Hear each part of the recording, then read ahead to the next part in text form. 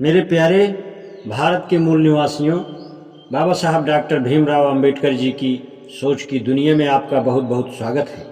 Professor weber का कहना है कि पुरुष सूक्त ऋग्वेद के मंत्रों में सबसे बाद का जुड़ा हुआ प्रतीत होता है।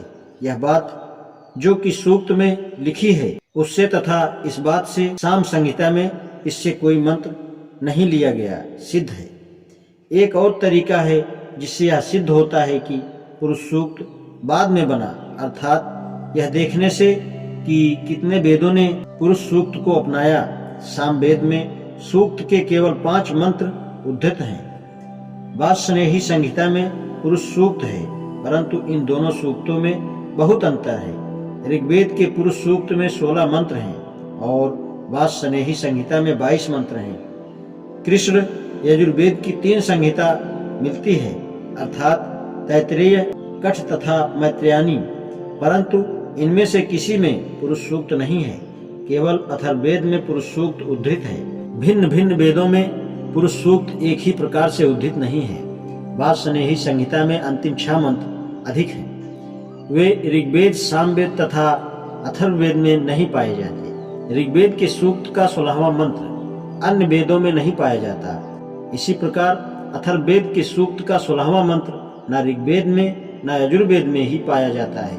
15 मंत्र जो तीनों वेदों में पाए जाते हैं समान नहीं है, न उनका क्रम ही एक है, जैसा कि निम्नलिखित सूची से प्रकट होता है। यदि पुरुष सूक्त प्राचीन होता तो अन्य वेदों में स्वतंत्रता के साथ काट छांट नहीं होती। इसके अतिरिक्त पुरुष सूक्त ऋग्वेद के मिश्रित भाग में पाया जाता है। यदि यह पुराना होता तो मुख्य भागों में पाया जाता। अस्तु परिणाम यह है, चूंकि पुरुष सूक्त तैत्तिरीय, कठ और मैत्रेयनी संहिता में नहीं पाया जाता, यह सिद्ध होता है कि इन संहिताओं के बाद यह सूक्त ऋग्वेद में जोड़ा गया। चूंकि यह ऋग्वेद तथा यजुर्वेद के परिशिष्ट भाग में डाला गया, इससे इसके बाद का बनना सिद्ध होता है। चूंकि और वेदों में सूक्त का मनमाना काट छाट और पाठांतर किया गया है, इससे सिद्ध होता है कि यह प्राचीन मंत्र न था, न इसकी उतनी प्रतिष्ठा थी।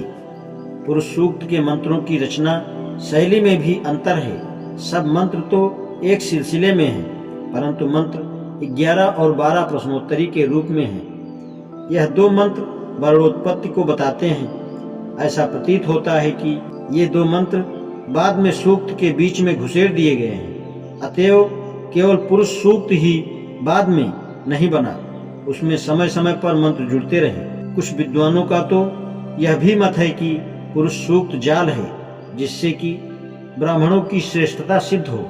ऐसे जाल ब्राह्मणों ने बहुधा बनाए हैं। प्रोफेसर मैक्स मूलर का कथन है कि ऋग्वेद में अग्रे का अग्रे बना दिया गया, जिससे विधवाओं के जलाने का अर्थ निकलने लगा।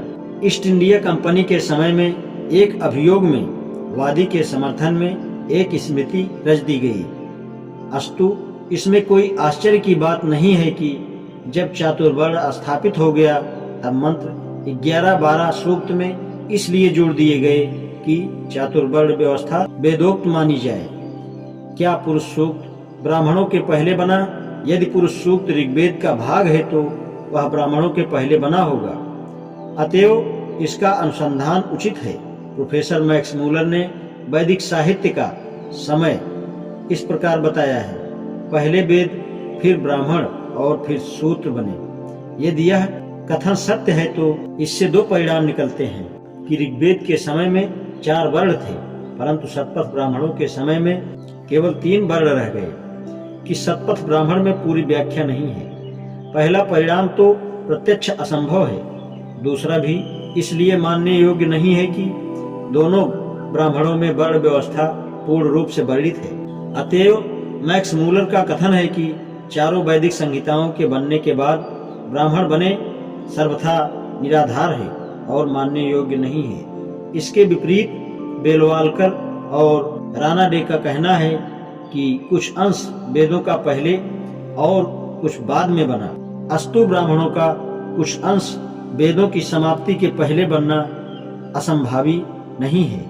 यदि यह ठीक है तो ऐसा प्रतीत होता है कि ब्राह्मण जिनमें केवल 3 वर्णों का वर्णन है पुरुष सूक्त से पहले बने।